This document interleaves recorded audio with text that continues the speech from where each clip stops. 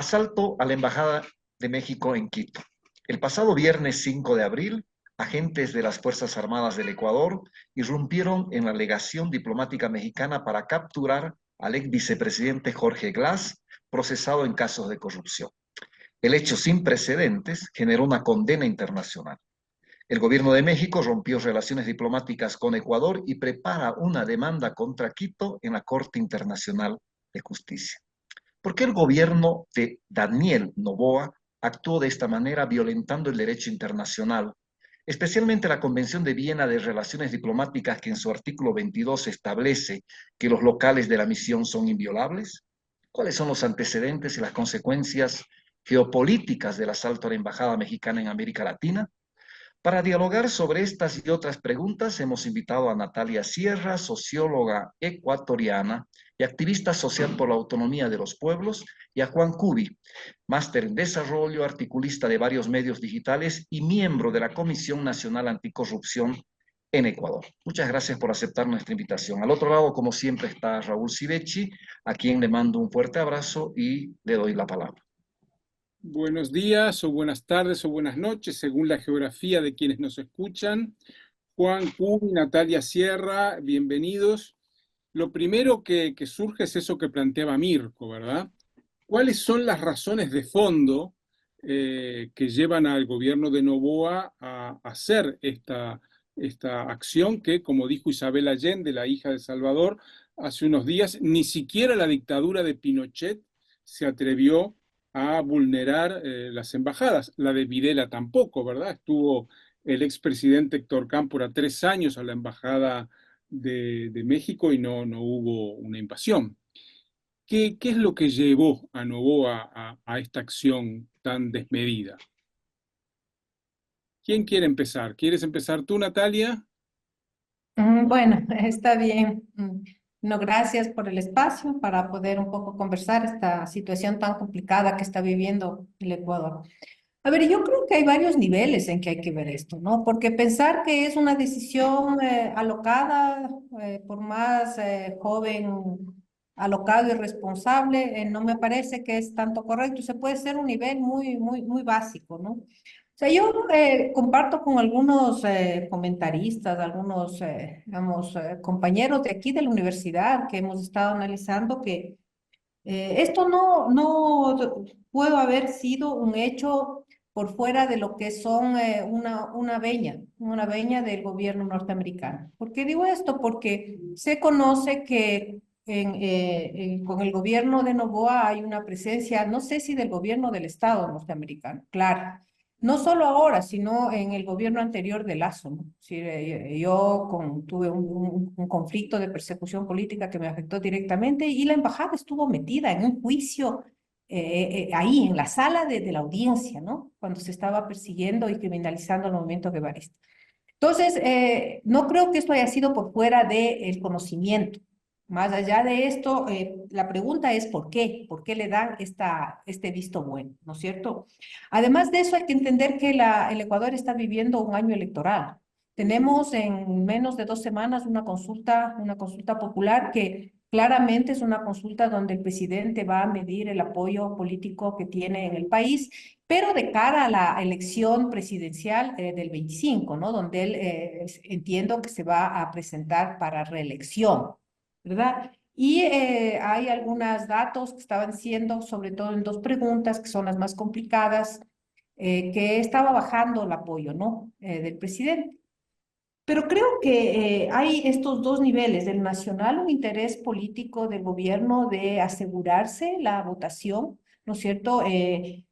Mostrándose como aquel gobierno que persigue la corrupción, que combate a los corruptos, al narcotráfico. De hecho, acabamos o estamos todavía dentro de una declaratoria de estado de guerra, ¿no? Que él misma la tomó. Pero por otro lado, creo que también hay un problema geopolítico. Creo que en el Ecuador se juegan disputas geopolíticas que yo todavía no tengo claro el alcance, ¿no? El alcance que tienen. Digo esto porque el gobierno norteamericano no creo que quiera perder el Ecuador, ¿no es cierto? o sea, perder un gobierno que está totalmente alineado. Esto, para terminar, ¿no es cierto?, no tiene nada que ver con que el señor Glass no esté involucrado en casos de corrupción, no creo. O sea, nosotros sabemos lo que pasó en los progresismos, pero siento que la justicia en el país, ¿no es cierto?, usa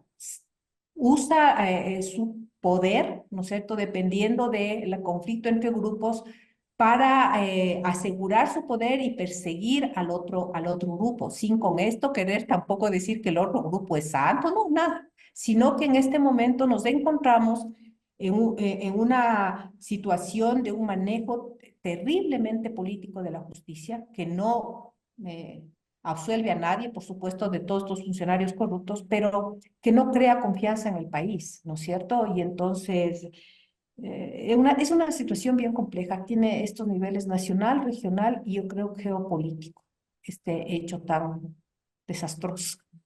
Hasta ahí.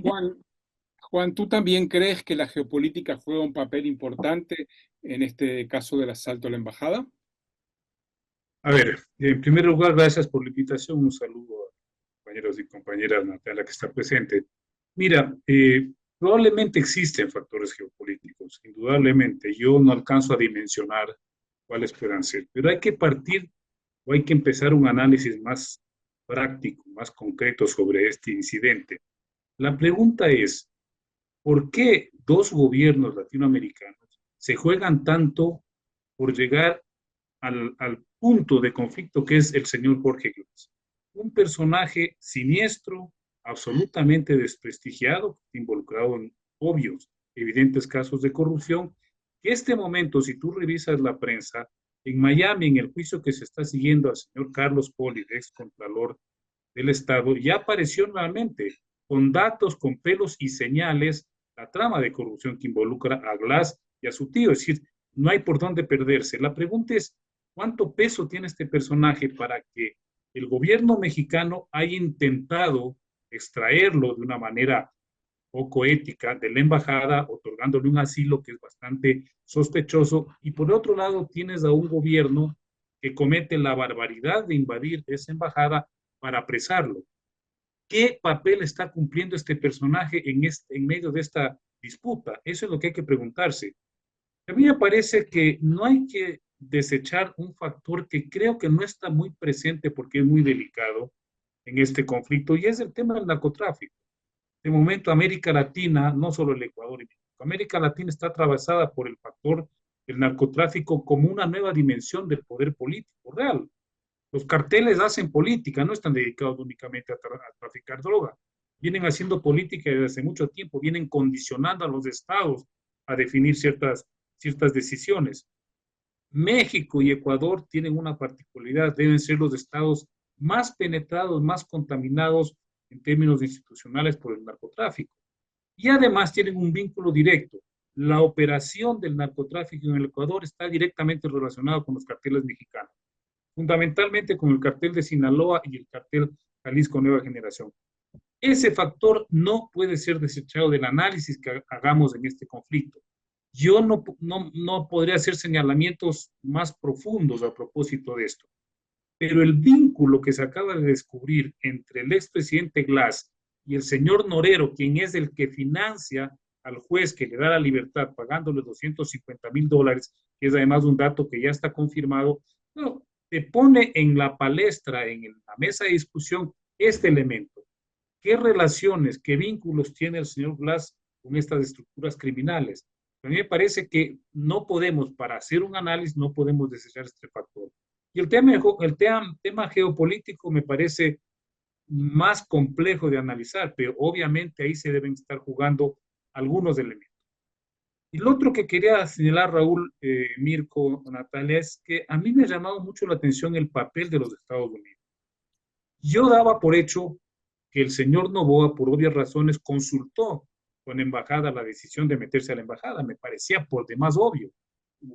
Sin embargo, en este momento, el gobierno de los Estados Unidos está condenando esa acción.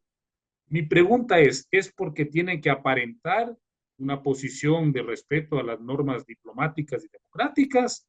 ¿O es porque la jugada a lo mejor se salió de quicio y no funcionó como estaban esperando?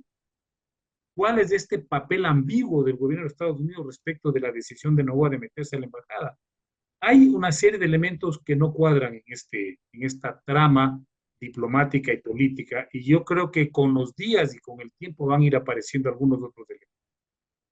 Ojalá, Juan, con los días se aclaren algunos elementos que no parecen a la luz. Yo quisiera solamente destacar que desde el punto de vista geopolítico no conozco esa trama en profundidad que tú mencionas sobre el vínculo narco Ecuador-México, pero sí es evidente que hay un reposicionamiento de Estados Unidos en la región.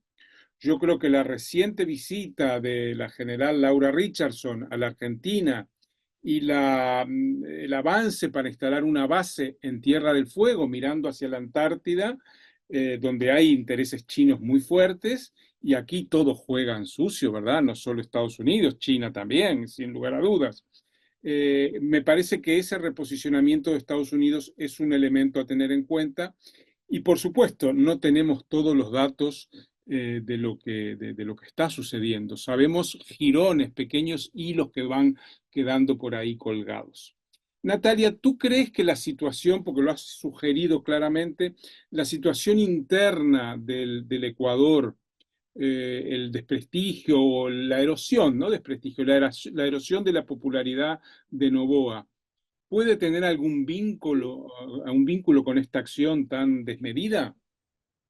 Sí, yo creo que sí, porque tenemos un antecedente que es en enero de este año, que hubo la toma del canal de televisión, de C Televisión, que también fue otro escándalo mundial, ¿no? Y a partir de eso, él declaró que estamos en estado de guerra interna, de guerra interna, ¿no? De conflicto bélico no internacional. Y a partir de ahí abre un marco jurídico para comenzar a establecer una forma de gubernamentalidad muy autoritaria, ¿no? De persecución que termina al final, digamos, sitiando a barrios empobrecidos, ¿no?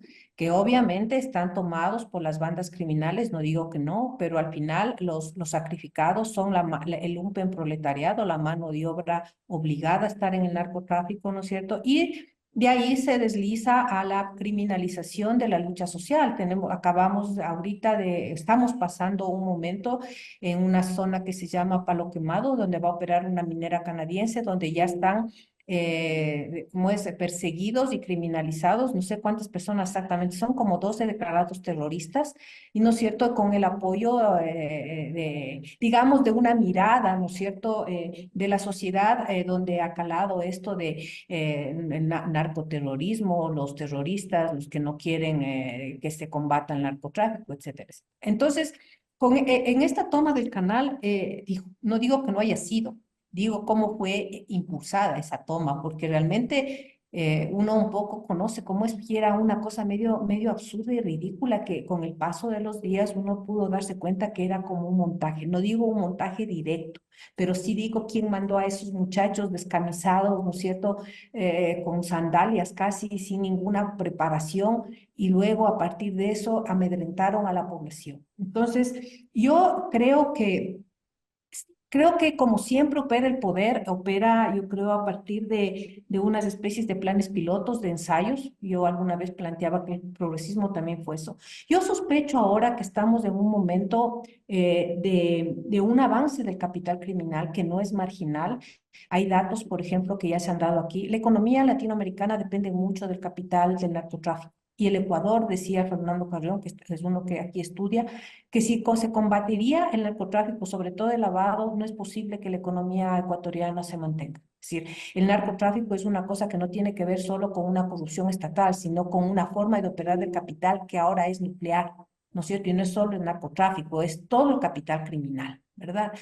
Y yo sospecho que ese momento de avance del capital criminal requiere un tipo de gubernamentalidad, si seguimos un poco el discurso de Foucault, ¿no es cierto? Que ya no es el neoliberalismo, ¿no es cierto? Que avanzó o que sirvió en el momento de la expansión de la globalización financiera, que ya fue brutal, ¿no es cierto?, que era un poco el estado mínimo, digamos, casi el estrechamiento de la vida, ¿no?, de los derechos, a un necroliberalismo. Yo estoy manejando esta categoría donde definitivamente la vida no vale nada, hay un desprecio a la vida. Y esta utilización de esta masa de jóvenes, de gente expulsada, ¿no es cierto?, y una gubernamentalidad que está administrando no quien vive, sino quien muere y que es beneficiaria de este capital, ¿no?, o que permite la expansión de este capital.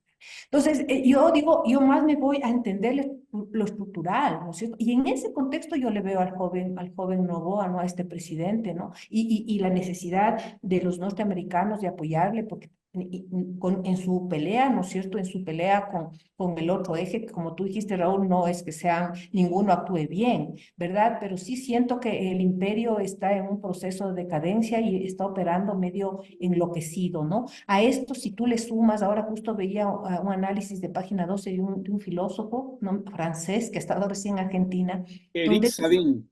sí, donde él está hablando de digamos, esta destrucción de la confianza, la destrucción de los códigos básicos, que es propio efecto propio de la expansión de un capitalismo que ya tiene que romper todo acuerdo social para poder operar, ¿no es cierto? Yo veo ahí esto y me parece que esto que dice Juan, al principio yo también decía, pero ¿cómo ahora están condenando? Pero condenaron, pasó un día para que condenen el asalto a la embajada norteamericana, o sea, digamos, del Estado norteamericano. Yo siento a veces que ellos también miden temperaturas, ¿no? Lanzan una cosa y ven cuál es la reacción para ver cuál es el escenario en el que se van a mover. Y claro, la reacción fue muy, muy rápida, digamos así, ¿no? Y luego hicieron la sanción, pero luego hubo un llamado del presidente de México casi diciéndole, sancionen, miren las cámaras, ¿no?, que mostraron, y de ahí vino una sanción un poco más contundente, ¿no?, de Estados Unidos. Pero creo que o sea, están midiendo el terreno en que se mueven. De hecho, yo sé, estoy en esto casi convencida que Estados Unidos tiene una política de reapropiación de su zona, patio trasero, ¿no es cierto?, de América Latina, y que para conseguir eso se habla ya de la implementación de un plan Cóndor siglo XXI, ¿no es cierto?, en el contexto para mí de la operación de capital criminal, el necroliberalismo y la destrucción total de todos los derechos y todos los tratados que impida el avance de este tipo de economía. Un poco avalando eso que decías al principio del capital criminal, los analistas del narcotráfico en Rosario, segunda ciudad de la Argentina, un poco más pequeña que Quito, pero no mucho, sostienen que si se bloqueara, se impidiera los negocios criminales, el capital disminuiría en un 30% de inmediato. O sea que prácticamente el modus operandi del sistema capitalista hoy es de carácter criminal.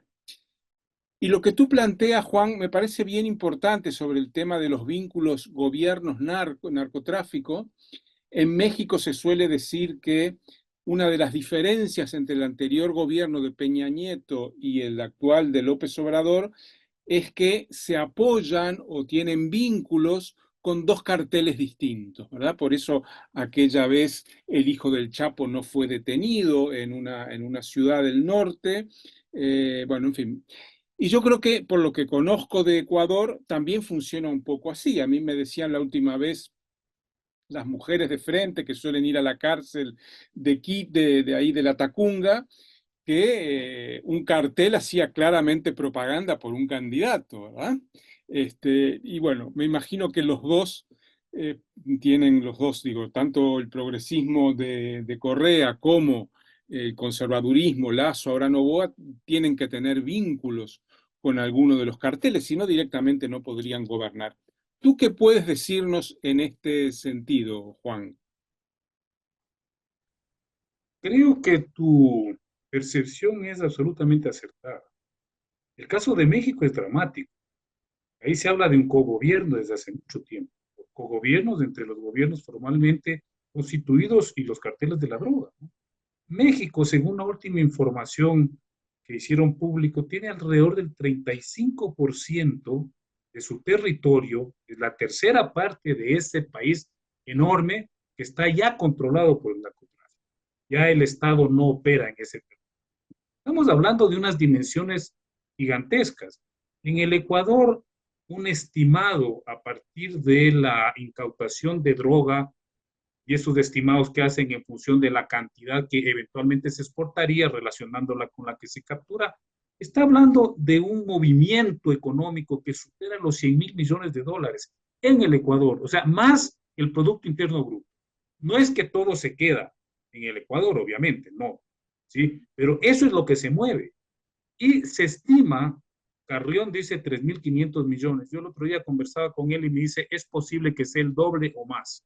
Es decir, tienes tú un déficit de 5.000 millones que no puede ningún gobierno manejar, pero se lavan alrededor de 8.000 millones de dólares. Esas son las dimensiones de este fenómeno. Yo lo que te decía es que hay que considerarlo no por un tema moral, no por un alarmismo de carácter penal, sino porque hace mucho tiempo este factor juega la política. Ya no están únicamente relacionados con la actividad ilícita o con la acumulación de dinero. Es ya una forma de contrarrestar los poderes fácticos y los poderes formales. Así opera ya el narcotráfico. Y obviamente, lo que ustedes señalaban con Natalia, el momento en que tú cortas la actividad del narcotráfico en países como Colombia, Ecuador y México, se desploma la economía. El día en que tú lo cortas de la noche a la mañana por arte de magia, se cae. En el Ecuador se cae la dolarización, se cae el sistema económico y financiero y todo. Esa es la realidad que estamos viviendo. Si tú el día de mañana cierras la llave del tráfico de cocaína a los Estados Unidos, esa sociedad colapsa. Se cae Hollywood, se cae el deporte, se caen todas las empresas, digamos, capitalistas, porque la cocaína es de alguna manera el combustible que hace que funcione ese sistema, ¿sí? El nivel de consumo es brutal. Entonces, estamos hablando de un fenómeno global complicadísimo, frente al cual habría que preguntarse por qué las respuestas siguen siendo o tibias o siguen siendo de solapar el problema, ¿no? Es decir, militarizar, perseguir, nadie está hablando de la legalización, nadie está hablando de una regulación de esta actividad que es obviamente incontrolable, ¿no? Y entonces, ¿qué es lo que haces en este esquema? En los países del norte, el problema del consumo es un problema de salud pública. En los países del sur es un problema de violencia, de inestabilidad, de marginalidad y de crisis. Así juega este problema. Entonces, volviendo al tema, ¿qué, ¿qué puede haber detrás de este incidente? Yo no creo, a menos que estemos frente a una magistral película de Sherlock Holmes, donde todos los elementos coinciden de una manera tan perfecta que tienen un final clarísimo, ¿no? De estas tramas a lo Agatha Christie. No creo que eso sea el tema.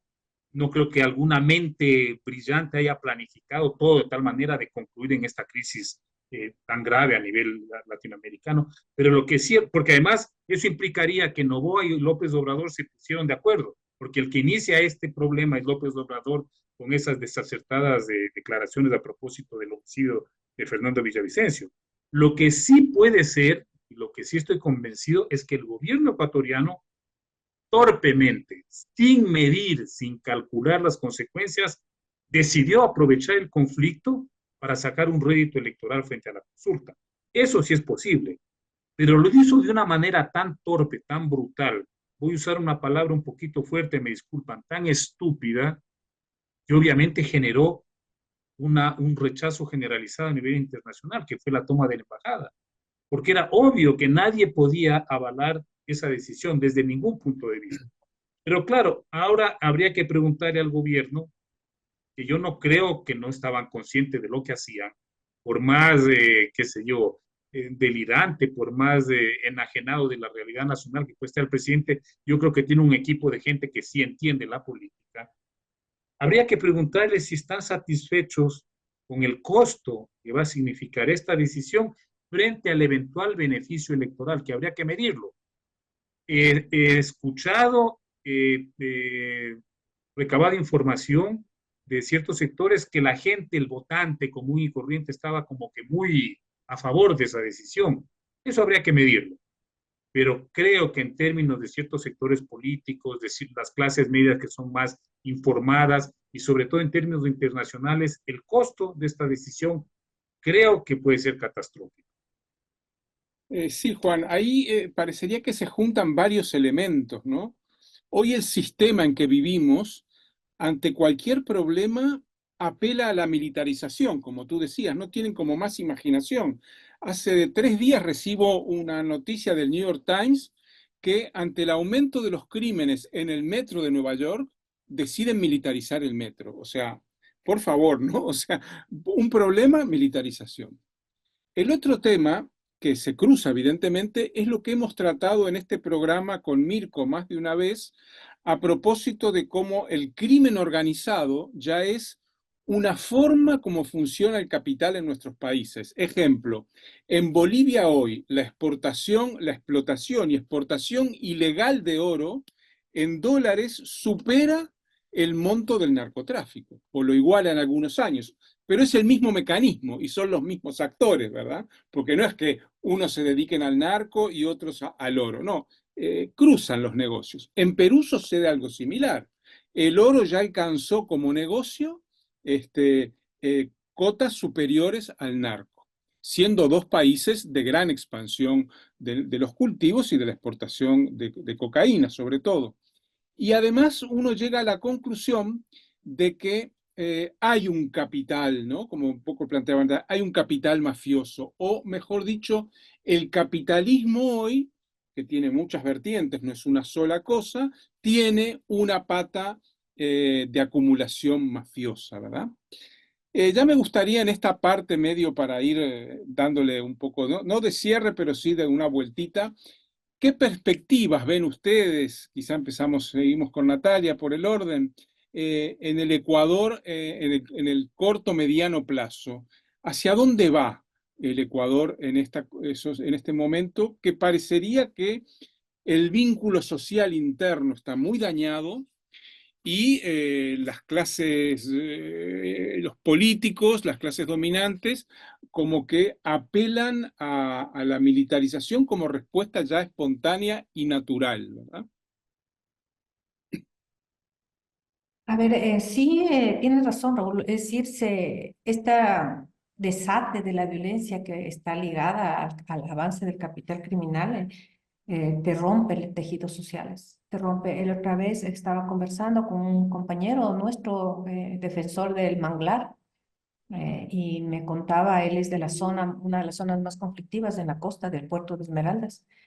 Y me contaba y me decía, Natalia, es decir, en Esmeraldas, ¿qué familia no tiene uno o dos miembros pertenecientes a los grupos de delincuencia organizada?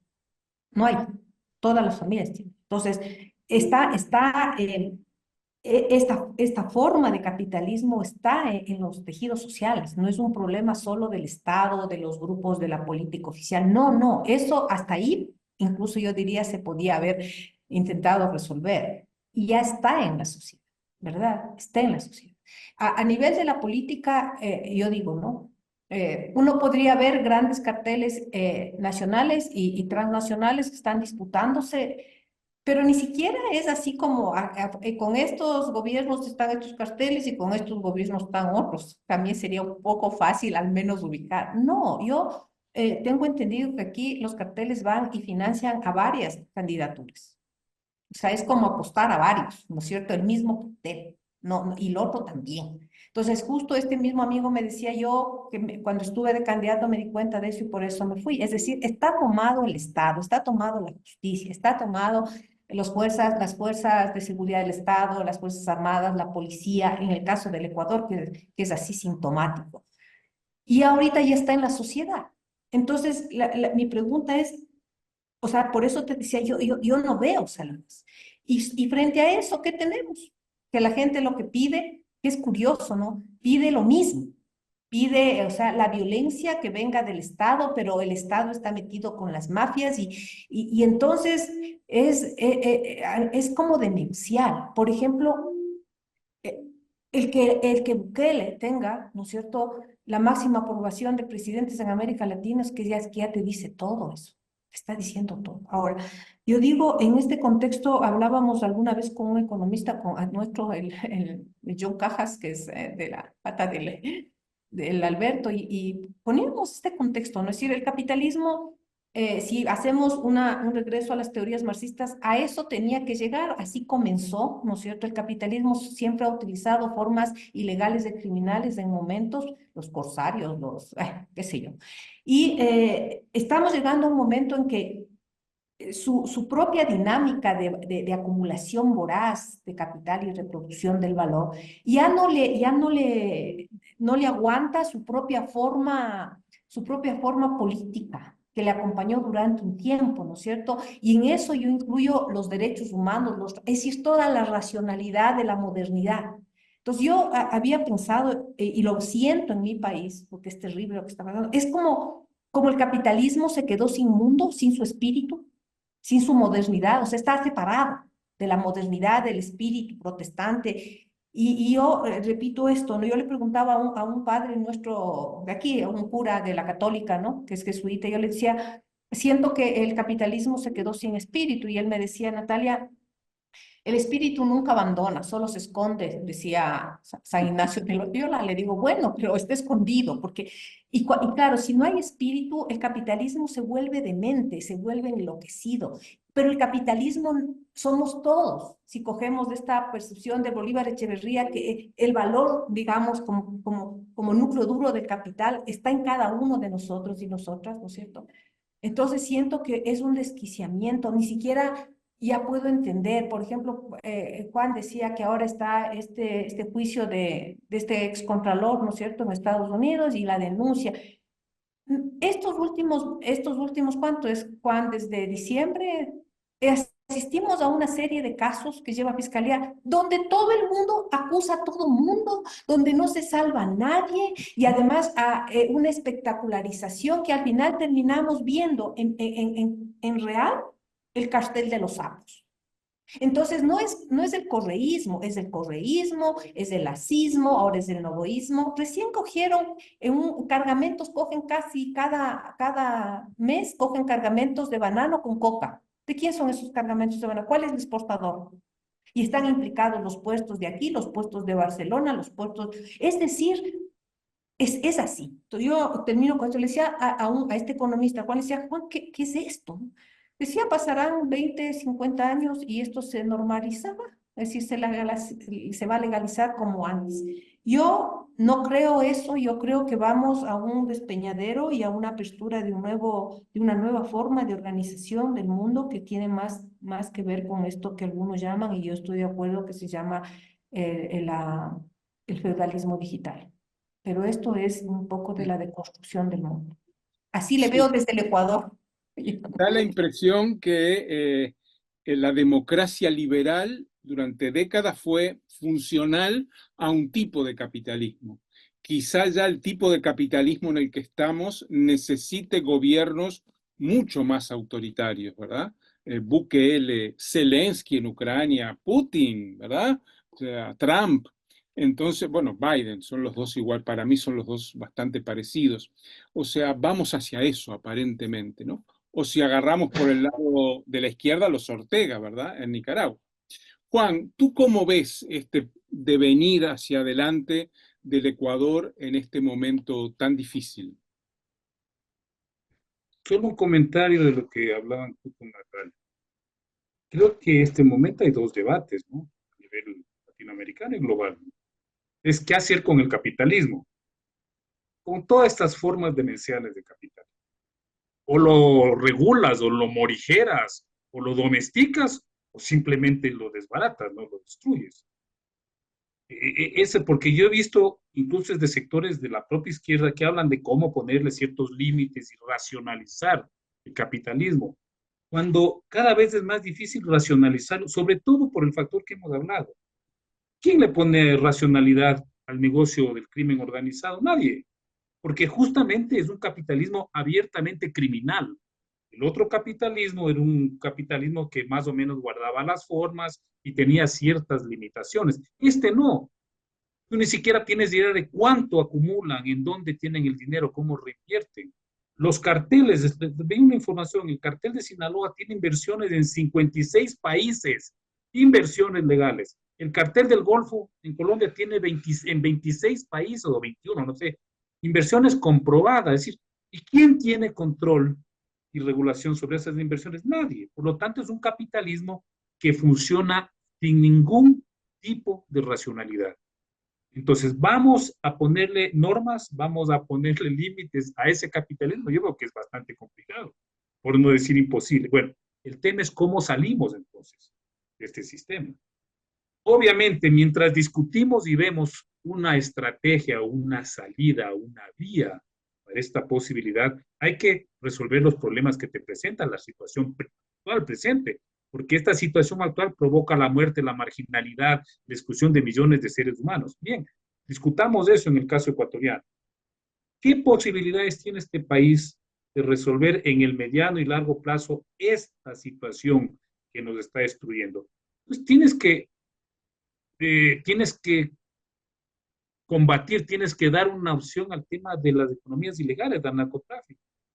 Mientras tú no legalices a nivel global, geopolítico, el tema de la droga, no tienes posibilidades de salir, porque el dinero que manejan las bandas criminales es exorbitante.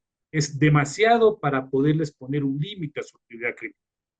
Segundo punto, el oro. Les voy a contar les voy a dar una información que a mí me parece lamentable, triste y peligrosísima, ¿sí? Resulta que detrás de estas resistencias a la minería que se están dando en el Ecuador, esto me lo contó una persona que está muy cercana, muy seria, están ya operando las bandas criminales. Es decir, las bandas criminales están tratando de empujar, de ayudar a esta resistencia. Es una resistencia comunitaria, una resistencia absolutamente legítima. Están ayudando. ¿Por qué razón? Porque el propósito, la agenda de estos grupos criminales no es resistir a la minería, sino resistir a las transnacionales mineras. ¿Me entiendes? Para asegurar su negocio ilícito. El otro también es un negocio pérfido, el de las transnacionales. Fíjate en el Ecuador lo que sucede. El presidente Noboa está absolutamente entregado a las transnacionales mineras y lo ha hecho públicamente. Fue al Canadá a vender el país. Por lo tanto, habría que sospechar, y lo acabas de tú señalar, Raúl, el enorme ingreso que genera ya la producción de oro, que puede incluso superar a la producción de coca. Habría que pensar si no es una disputa de ese carácter entre un gobierno que está alineado con las transnacionales y los carteles de la droga que están alineados con la minería ilegal, la minería abiertamente criminal.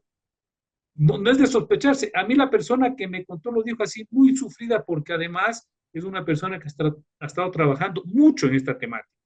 Y me dijo, estoy realmente preocupadísima porque este fenómeno del aprovechamiento de la resistencia a la minería puede estar conduciendo a una agenda muy perversa, muy complicada. Entonces, si tú tienes estos fenómenos, Raúl, Natalia, como el narcotráfico, la minería ilegal y todas las otras ilegalidades en las que se mueve esta nueva forma de capitalismo, tráfico de armas, tráfico de personas, tráfico de alimentos, es decir, de animales, un largo, etcétera, tienes que plantearte, bueno, ¿cómo contrapones un modelo distinto a eso? Y eso no lo va a hacer el Ecuador. Lamento decirles que el Ecuador es un estado demasiado pequeño, una sociedad demasiado débil como plantearse. Tiene que haber una respuesta global. Así como hay países que están hablando ya, presionando seriamente sobre el tema de la legalización de la droga, hay que ver cómo combatimos el tema del oro. Porque fíjate, ¿por qué el oro es tan rentable? Porque hay demanda, pues. Si el capitalismo global no demandara como loco cobre, oro, metal, no habría esta actividad ilícita, pues obviamente. Entonces, esos son los factores a los cuales tienes que apuntar y no es simple, Raúl. No es simple nada. Porque los mayores demandantes de metales en este momento sí sabes quiénes son, los chinos, a nivel global. Y entonces, ¿qué hace si se supone que los chinos son el contrapeso de los Estados Unidos? ¿Y qué vas a hacer con los chinos? Si pueden ser un proyecto más depredador que el mismo proyecto histórico del capitalismo. Entonces, estamos en una encrucijada, a mí me parece dramática como mundo, no solo como país, dramática, porque las salidas a este modelo de capitalismo desquiciado, al menos que yo sepa, no están planteadas. Hay opciones, muy loables. El zapatismo en México es un referente importantísimo, simbólico más que real, porque es marginal. Esa idea de la autonomía, de la protección territorial, a partir de lógicas importantísimo. Pero ¿cómo reproduces eso a nivel, no hablemos global, a nivel solo de México? Fíjate lo que hizo el Estado, y con esto concluyo, Raúl. Fíjate lo que ha hecho el Estado mexicano, no solamente los gobiernos anteriores, el mismo gobierno de antes, frente a la demanda de autonomía del zapatismo y de los pueblos indígenas, como el Estado tiene que respetar de alguna forma ciertos acuerdos, ciertas formalidades del poder, ¿qué es lo que hizo?